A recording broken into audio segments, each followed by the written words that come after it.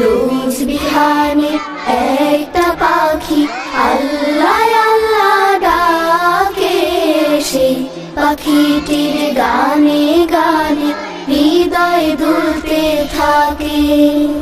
রোজ বিহানে একটা পাখি আল্লাহ আল্লাহ ডাকে, সেই পাখিটির গানে গানে হৃদয় দুলতে থাকে। সেই পাখিটির গানে গানে হৃদয় দুলতে থাকে।